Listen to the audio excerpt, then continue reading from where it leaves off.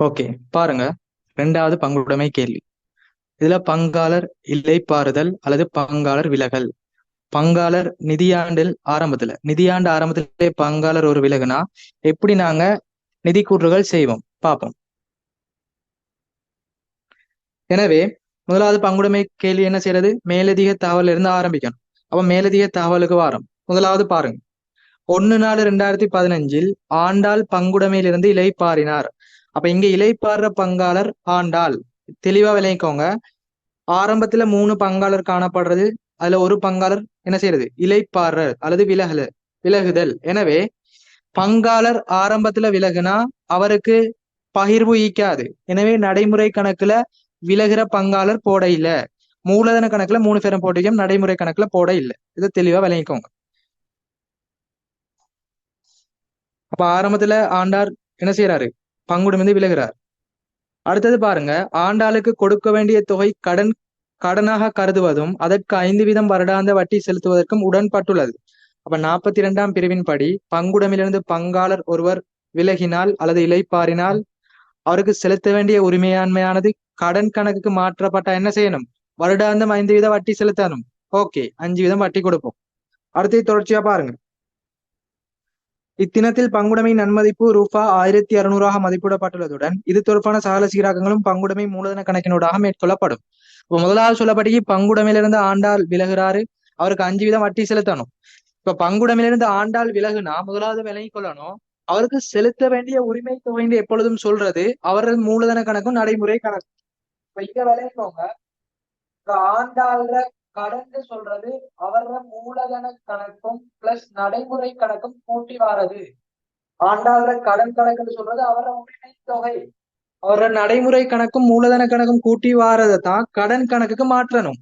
அப்படி கடன் கணக்குக்கு மாற்றப்படுற தொகைக்கு தான் 5% வட்டி கொடுக்கணும். அப்ப முதலாவது நாங்க செய்ய வேண்டியது நடைமுறை கணக்கு மூலதன கணக்கை சேவ் பண்ணி அதை கடன் கணக்கு தொகையை கண்டுபிடிக்கணும். அதுக்கு நாங்க முதலாவது செய்ய இயலாது, எல்லா பதிவு செய்யணும். அப்ப அதை நாங்க அடுத்தது பதிவு செய்வோம். அடுத்தது சொல்லப்படிக்கு நன்மதிப்பு 1600 அதை மூலதன கணக்கினூடாக சீராக்கம் செய்யணும். அப்ப நாங்க நன்மதிப்பு சீராக்கம் செய்வோம். நன்மதிப்பு 1600. அப்ப புதிய இலாப நட்ட விகிதம் பழைய இலாப நட்ட விகிதம் தேவை. எனவே மேல வாங்க, பங்குடைமை ஒப்பந்தத்துக்கு வாங்க. கோதை, பாவை, ஆண்டாள் ஆகியோர் இலாப நட்டங்களை 4:3 என்ற விகிதத்தில் பகிரும் பங்காளர் ஆவர். அப்ப பழைய லாப நட்ட வீதம் சொல்லப்பட்டு 4:3. அதை எடுத்துக்கொள்ளும். பழைய லாப நட்ட வீதம் 4:3. புதிய லாப நட்ட வீதம் பார்ப்போம். பேப்பர்ல பாருங்க, உங்களுக்கு புதிய லாப நட்ட வீதம் ஏதாவது சொல்லப்படியான்னு பாருங்க. இலாப நட்ட வீதம் படி கீழே ஒன்றும் சொல்லப்பட இல்லை. எனவே இலாப நட்ட வீதம் ஒப்பந்தத்துல தரப்படலாட்டி இலாப நட்டம் சமன். சட்டத்தின் படி 24ஆம் பிரிவின் படி லாப நட்டம் சமன். எனவே புதிய லாப நட்ட வீதம் சமன் அப்படின்னா எடுக்கணும். 1:1. இது முதலாவது கண்டுபிடிக்கணும். அப்ப பழைய லாப நட்ட வீதம் தரப்பட்டிக்கு புதிய லாப நட்ட வீதப்படி ஒன்றும் சொல்லப்படலாட்டி சமன் 1:1. இப்ப நாங்க நன்மதிப்பை சீராக்கம் செய்யும். 1600 நாங்க இப்ப புதுசு பழசை பிரித்து எடுப்போம். 1600 பாருங்க, 4:3. எனவே 10ஆல பிரிச்சு 4:3 பங்கு எடுப்போம். ரெண்டாவது 1600 2ஆல பிரிச்சு ஒரு பங்கு. இது புதிய லாப வீதம், இது பழைய லாப வீதம். இதை கண்டுபிடிச்சு நடைமுறை கணக்குல வரவும் நடைமுறை கணக்குல செலவு தான் வரும். இலகுவான பதிவு பார்ப்போம். அப்ப 1600 10ஆல பிரிச்சு 4:3 பழைய லாப நட்ட வீதம் பெறுமதி எப்படி வரும்?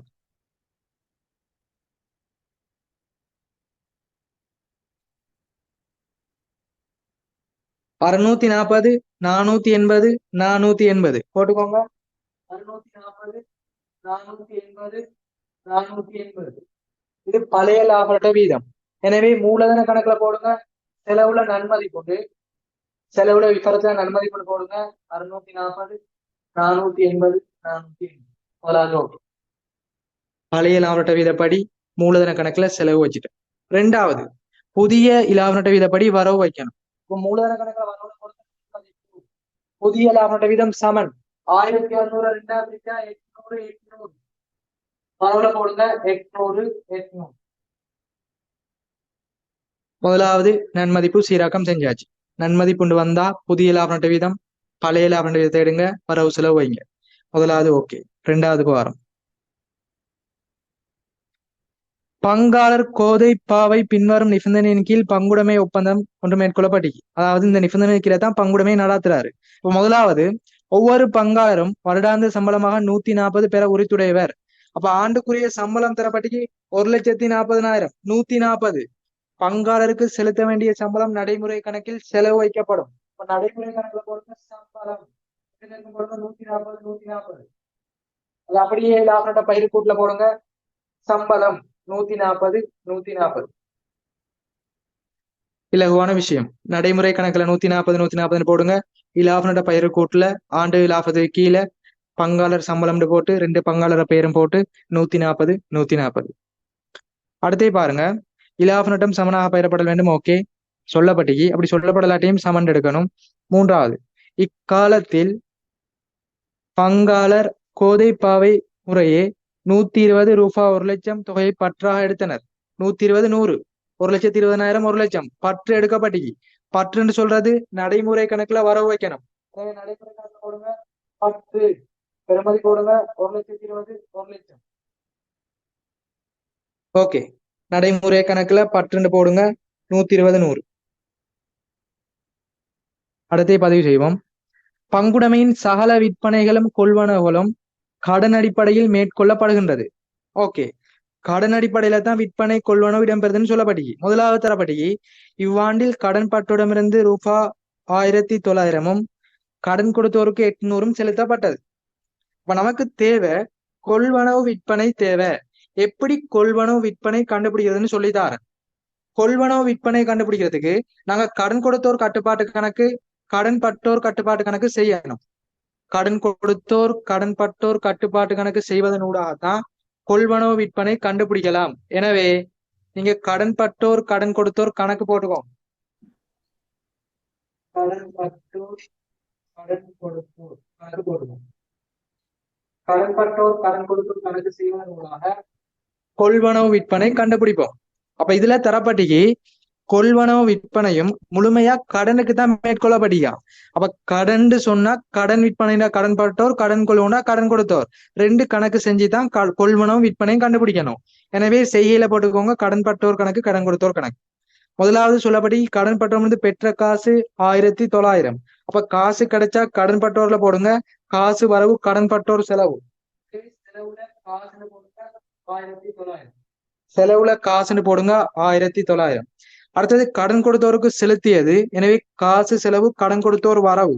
கடன் கொடுத்தோர்ல வரவுல போடுங்க 800. காசுன்னு போடுங்க 800.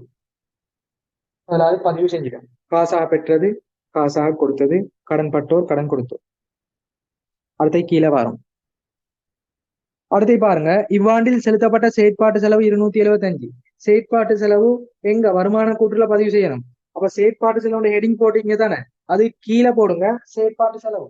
அப்படி போடுங்க செயற்பாட்டு செலவுன்னு போட்டு 275 போட்டுக்கோங்க.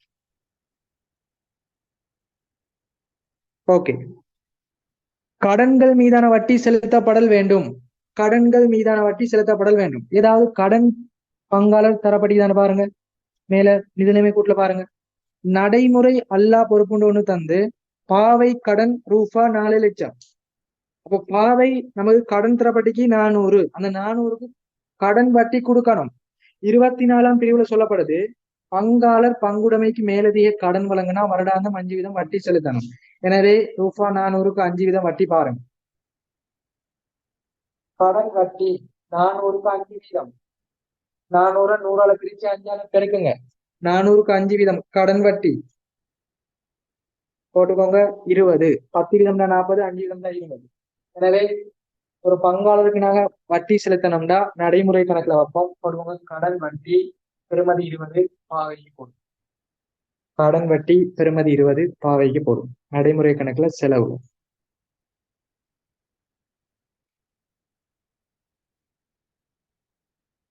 இந்த கடன் வட்டின்னு சொல்றது ஒரு செலவீனம். எனவே செயற்பாட்டு செலவு கீழே போடுங்க கடன் வட்டி. கடன் வட்டின்னு போடுங்க. இதுல 2 பேர் வரும். முதலாவது பாவை, 2வது ஆண்டாள். ஆண்டாள் இப்ப கண்டுபிடிக்க இயலாது. ஏன்னா உரிமை தொகையை கண்டுபிடிக்கணும். பாவையிட மட்டும் கண்டுபிடிச்சிக்கிறோம் 20, அதை செலவினமா காட்டுறோம். ஓகே, அடுத்து சீராகத்துக்கு போவோம். ஆதனம் மற்றும் பொறி உபகரணத்தின் மீது நேர்கோட்டு முறையில் வருடாந்தம் பெருமான தேய்வு செய்தல் வேண்டும். 10 பெருமான தேய்வு செய்யவா ஆதனம் பொறி உபகரணத்துக்கு. இப்ப ஆதனம் பொறி உபகரணம் ஏதாவது தரப்படியான்னு மேல பாருங்க. நடைமுறை எல்லா சொத்துக்கு போங்க. ஆதனம் பொறி உபகரணம் கிரயத்துல 2000 தரப்பட்டிக்கு திரண்ட பெருமான தேய்வு 400. அப்ப 2000க்கு பெருமான தேய்வு பார்க்கணும் 10%. 2000க்கு பெருமான தேய்வு 10%, 200.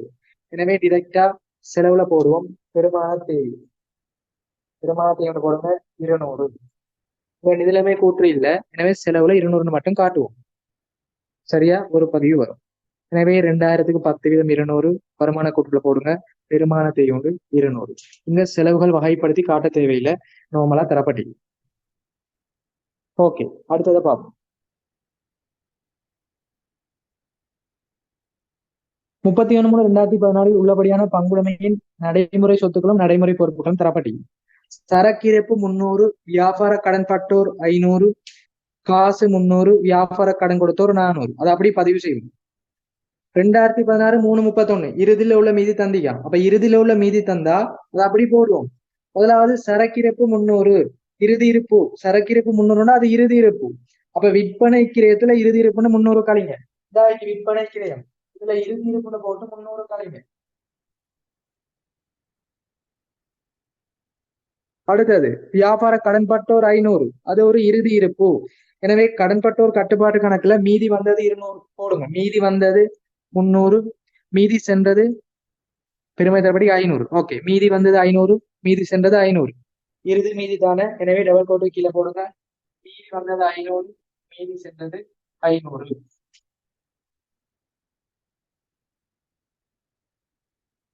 அடுத்தது பாருங்க, காசு தரப்படிக்கு 300.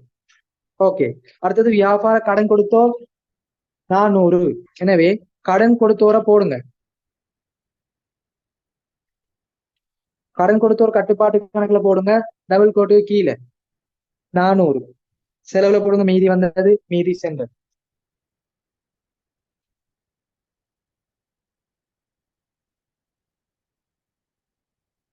சரியா, இருப்புக்கள் தரப்படி விற்பனைக்கிறதுல மைனஸ் பண்ணுங்க. கடன் பட்டோர் கடன் கொடுத்தோர்ல எது மீதிய மீதி வந்தது, மீதி சென்றது போடுவோம். ஓகே,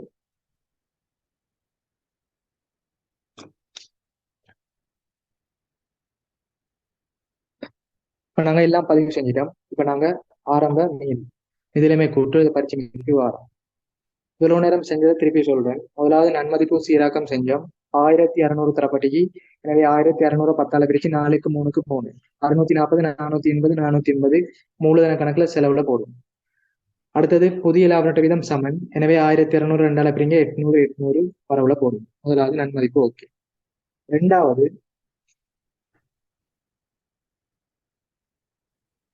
சொல்லப்பட்டிக்கு சம்பளம் 140, 140 நடைமுறை கணக்குல செலவுல போடுங்க. லாப நட்ட பயிர கூட்டுல வரவுல போடுங்க. 140, 140. அடுத்த விஷயம், பற்று தரப்பட்டிக்கு நடைமுறை கணக்குல வரவுல வைங்க 120, 100. அடுத்தது கடனுக்கான வட்டி செலுத்தப்படணும். எனவே பாவை கடன் 400 இருக்குது, அதுக்கு நாங்க 5% கொடுக்கணும். எனவே 400க்கு 5% 20. எனவே நடைமுறை கணக்குல செலவுல வச்சுட்டு வருமான கூட்டுல கடன் வட்டின்னு போட்டு பாவை 200. அடுத்தது பாருங்க, பெருமான தேய்வு கிரயம் 2000, 10% 200. எனவே பெருமான தேய்வு செலவுல போடுங்க 200. அடுத்தது கொள்வனவு விற்பனை கண்டுபிடிக்கணும். கொள்வனவு விற்பனை கடனுக்கு தான் மேற்கொள்ளப்பட்டிக்கு. எனவே கடன் பட்டோர் கணக்கு கடன் கொடுத்தோர் கணக்கு செஞ்சாதான் கொள்வனவு விற்பனை கண்டுபிடிக்கலாம். எனவே கடன் பட்டோர் கணக்கு கடன் கொடுத்தோர் கணக்கு போட்டுக்கோங்க. கடன் பட்டோர் கடன் கொடுத்தோர் கணக்கு அடிச்சிட்டோம். காசா பெற்றது 1900. எனவே கடன் பட்டோர்ல செலவுல போடுங்க. காசா கொடுத்தது 800, கடன் கொடுத்தோர்ல வரவுல போடுங்க. அடுத்த இறுதி நடைமுறை நடைமுறை பொறுப்பு நடைமுறை சொத்து தரப்பட்டிக்கு அதை நாங்க பதிவு செய்வோம். இறுதி இருப்பு விற்பனை கிடைத்த கழிப்பம் 300. கடன்பட்டோர் மீதி வந்தது மீதி சென்றது போடணும். இறுதியில 500, மீதி வந்தது மீதி சென்றது 500. அடுத்து கடன் கொடுத்தோர் செலவுல மீதி வந்தது 400, மீதி சென்றது 400. அதோட எல்லா பதிவுகளும் முடிஞ்சு. இப்ப நாங்க மேல வர போறோம். நிதி நிலைமை கூட்டு.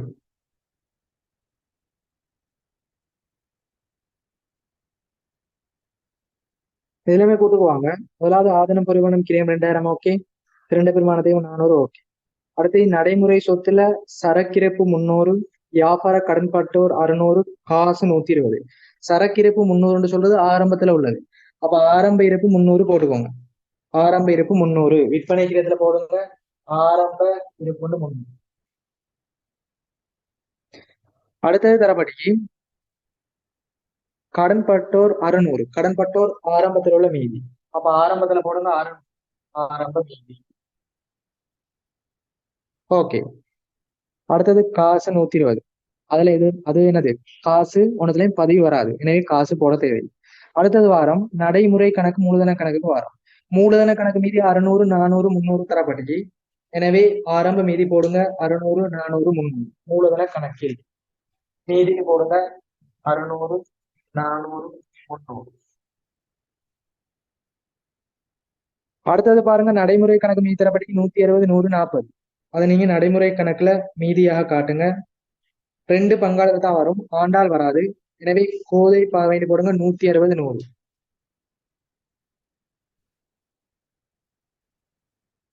இந்த ஆண்டாள்ற நடைமுறை கணக்கு மீதியானது எங்க மூலதன கணக்கு மாற்றப்படணும். இங்க நாங்க ஆண்டாள்ற மீதி போட இல்ல, ஏன்னா பகிர்வு இல்லைன்னு அவரை சேர்க்க இல்லை.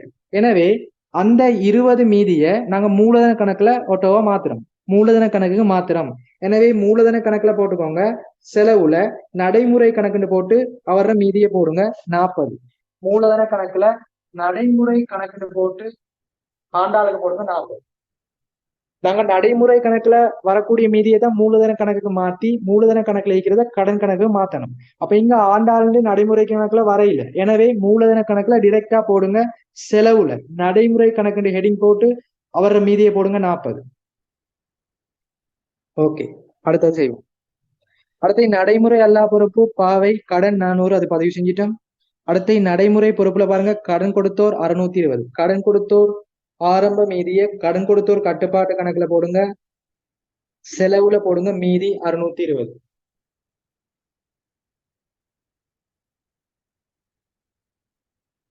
ஓகே, எல்லாம் பதிவு செஞ்சிட்டோம். இப்ப கூட்டி எடுத்தோம்னா கணக்கு சரி.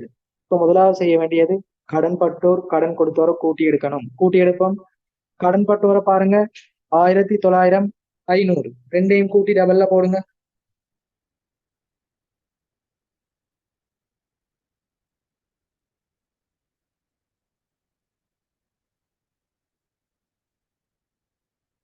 உங்களுக்கு கடன் பட்டோர்ல இறுதி மீதி 500, 1900 காசா பெற்றது. ரெண்டையும் கூட்டி டபுள்ல போடுங்க 2400, 2400. உங்களுக்கு வரவுல 600 தான் தரப்படி. எனவே டிஃபரெண்ட் ஆகுது கடன் விற்பனை. வரவுல 600 தரப்படிக்கு டிஃபரெண்ட் ஆகுது கடன் விற்பனை. 1000 எவ்வளவு வரும்?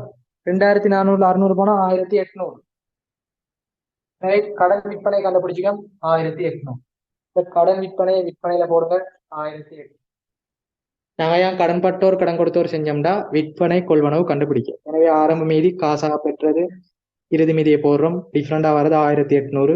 அதை வருமான கூட்டுல போடுங்க 1800. அடுத்து கடன் கொடுத்தோரை சமப்படுத்துவோம். காசாக கொடுத்தது 800, இறுதி மீதி 400. ரெண்டையும் கூட்டுங்க டபுள்ல போடுங்க 1200. 1200, 1200. எனவே செலவுல 620 வந்துக்குது. எனவே டிஃப்ரெண்டா உள்ள பெருமை தான் கொள்வனவு. 1200ல 620 போனா கொள்வனவு போடுங்க 580. 580 விற்பனை கிரயத்துல போட்டுக்கோங்க. கொள்வனவு போட்டு 580. கொள்வனு போட்டு 580. ஓகேயா? இதோட கடன் பட்டோர் கடன் கொடுத்தோம். விற்பனை கண்டுபிடிச்சோம் 1800, அதை பதிவு செய்யுங்க. கொள்வனவு போகும் 580, அதை பதிவு செய்யுங்க. அப்ப கடன் கொடுத்தோர் கடன் பட்டோர் கணக்கு ஓகே. இப்ப நாங்க மூலதன கணக்க சமப்படுத்தணும், நடைமுறை கணக்க சமப்படுத்தணும். முதலாவது நடைமுறை கணக்க சமப்படுத்துறதுக்கு நமக்கு இலாப பங்கு தேவை. எனவே வருமான கூற்ற சமப்படுத்தி நடைமுறை கணக்கை சமப்படுத்தணும். அடுத்தது மூலதன கணக்கை சமப்படுத்தி கடன் கணக்குக்கு மாற்றணும். இப்போ வருமான கூற்றுக்கு வாங்க. 1800 போடப்பட்ட விற்பனை. அடுத்து விற்பனை கிரயத்தை கண்டுபிடிப்போம். 300 கொள்வனவு 580, ரெண்டையும் கூட்டுங்க 880. அதுல இறுதி இருப்பு 300 கழிங்க. 300ம் 580ம் 880. அதுல 300 கழிச்சோம்னா விற்பனை கிரயம் போடுங்க 580. விற்பனை 1800, விற்பனை கிரயம் 580. விற்பனையிலிருந்து விற்பனை கிரயம் போனா மொத்த லாபம் போடுங்க 1220. ஏனைய வருமானம் ஒன்றும் தரப்படையில, செலவுகளை கழிப்போம். செயற்பாட்டு செலவு தரப்பட்டிக்கு 275, அது ஓகே. பாவையிட வட்டி 20 ஓகே. பெருமான தேய்வு 200 ஓகே. அப்ப ஆண்டாள்ற வட்டி போடணும். ஆண்டாள்ற வட்டி போடாம செய்ய இயலாது. இப்ப ஆண்டாள்ற வட்டியை கண்டுபிடிக்கணும். ஆண்டாள்ற வட்டி கண்டுபிடிக்கிறதுக்கு நாங்க மூலதன கணக்கு என்ன செய்யணும்? சமப்படுத்தணும். ஆண்டாள்ற வட்டியை கண்டுபிடிக்கிறது மூலதன கணக்கை சமப்படுத்தணும். இங்க நடைமுறை கணக்குல இருந்து அவர் அந்த 40 மீதிய நடைமுறை கணக்கை மூலதன கணக்கு மாத்திட்டோம். 40 மாத்திட்டோம் ஓகே. அப்ப நாங்க மூலதன கணக்கை இப்ப செய்யலாம். மூலதன கணக்கை சமப்படுத்தும் வாங்க. மூலதன கணக்கை கூட்டுங்க.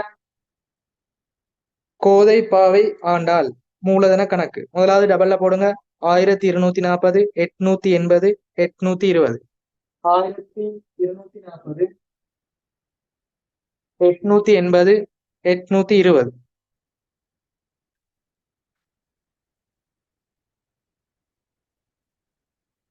அடுத்து மீதி வந்தது, மீதி சென்றது போதும். 1240 இருந்து நீங்க வரவுல உள்ள 800 கழிச்சிட்டு போடுங்க 440.